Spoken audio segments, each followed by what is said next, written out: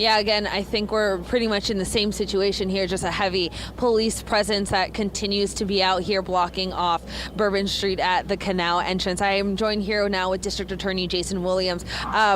General reaction to just the last 24 hours or so? I think anybody who would tell you that they are able to process this and have processed this is lying to themselves.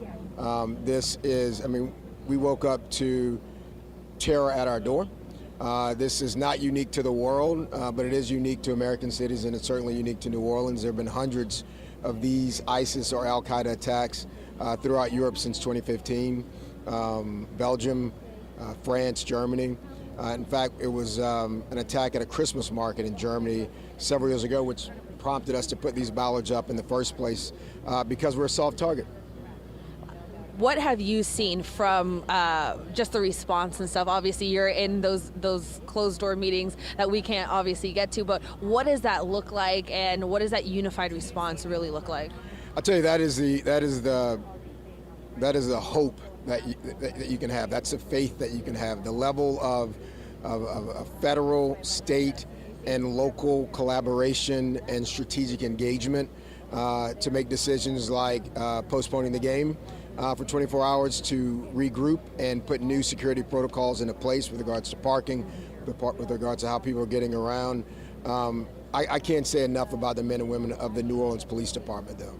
This attack was meant to cause a lot more carnage. This man used his truck in a vicious, odious way to mow down as many people as he could. And after he could not use a truck anymore, he pulled out a firearm, started firing indiscriminately. And he was also armed with explosives to take out even more, and probably our first responders, right? So the NOPD that responded quickly and strategically to neutralize him and take him out, they saved lives. They saved countless lives. They're heroes, and I can't say enough about the New Orleans Police Department. Earlier we heard from Superintendent Kirkpatrick when she was talking about how 2 years ago we were the murder capital, and that has drastically dropped over the 2 years, and it's nowhere near what it was.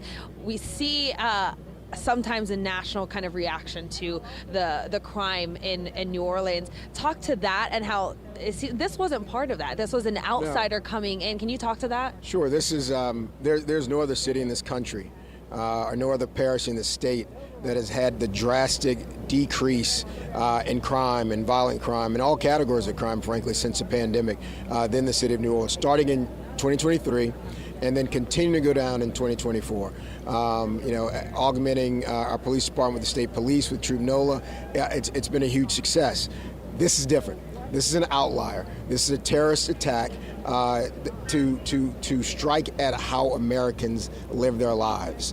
This is not some beef in some neighborhood that has spawned and grown into and spilled over into downtown. This is something very different, and it's going to change everything.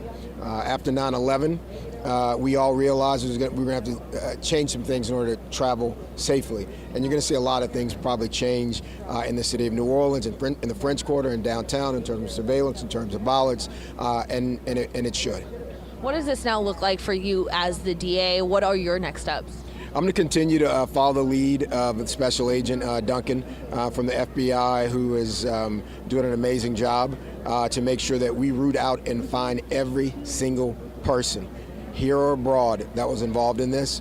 And when we do, then we'll strategize on the prosecution. There is no double jeopardy between federal court and state court. These people came and attacked us in our home, and we want to make sure that we hold them accountable to the fullest extent of the law. Thank you so much. I appreciate your time. I know you've had a long day, so thank you very much. We all have. Everybody in this city has had a long day. Thank you so much. Jason Williams with the District Attorney. I also want to point to something that happened just before he came and walked over. You see all this crime scene tape right here, and they've started to kind of extend some of that and add a little bit more crime scene tape.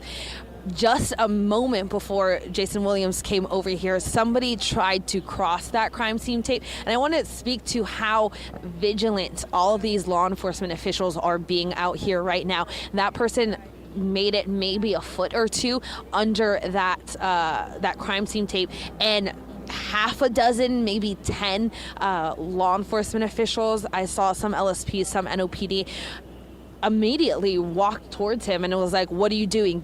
You cannot be here. And not only did they make sure that he was out of the perimeter, but they made sure, kind of followed him a little bit to make sure that he didn't have any bad intentions or that he wasn't going to come back into this area. So I just want to point that out to how vigilant they are being and continue to be while this crime scene is just still active. Again, just every single law enforcement agency out here. And again, they're still combing through everything that is on Bourbon Street to make sure that they get all the evidence that they need as we continue and move forward to make sure that no stone is left unturned. But yeah, we'll continue to be out here. As you've seen, we've seen some leaders out here and we've been talking to them, getting their perspective and their what's going on and what's happening in the meetings that they're in. So we'll continue to get as much information as we can and continue to bring you that as soon as we can. But for now, reporting live at Canal and Bourbon, Alyssa Curtis, WWL Louisiana.